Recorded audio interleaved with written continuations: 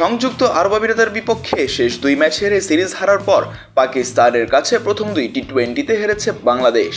ফলে আরেকটি সিরিজ হারের পর আইসিসি টি-20 র্যাঙ্কিংয়ে 9 থেকে 10-এ নেমে গেছে টাইগাররা।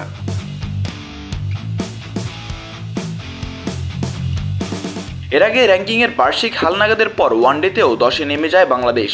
টেস্টে অবস্থা ভালো নয়, বাংলাদেশ আছে 9ম স্থানে। টানা 4টি টি-20তে হারার পর বাংলাদেশ পয়েন্ট খুইয়েছে 5টি। 225 থেকে কমে বাংলাদেশের রেটিং পয়েন্ট এখন 220। তাতে আগের মতোই 223 পয়েন্ট নিয়ে বাংলাদেশকে টপকে গেছে আফগানিস্তান। 202 পয়েন্ট নিয়ে বাংলাদেশের ঠিক পরেই আছে আয়ারল্যান্ড।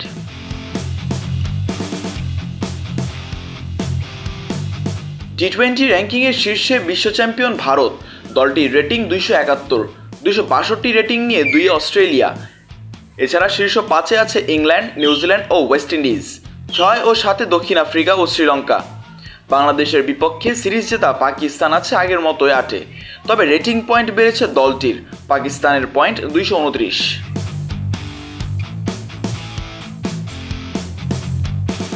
এর আগে বাংলাদেশকে চমকে দিয়ে সিরিজ জেতা সংযুক্ত আরব আমিরাত আছে 15 নম্বরে।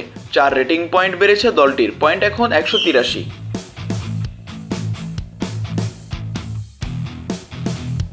টি-20তে বাংলাদেশ সর্বোচ্চ 4-এ উঠেছিল 2012 সালে। আয়ারল্যান্ডের বিপক্ষে সিরিজ জয়ের পর বাংলাদেশ ছাড়িয়ে গিয়েছিল পাকিস্তান, অস্ট্রেলিয়া, নিউজিল্যান্ড ও ভারতের মতো দলকে। সেই সিরিজের পর টি-20তে বাংলাদেশের উপরে ছিল ইংল্যান্ড, দক্ষিণ আফ্রিকা ও শ্রীলঙ্কা। মিজানুর রাশিদ, কালের কণ্ঠ।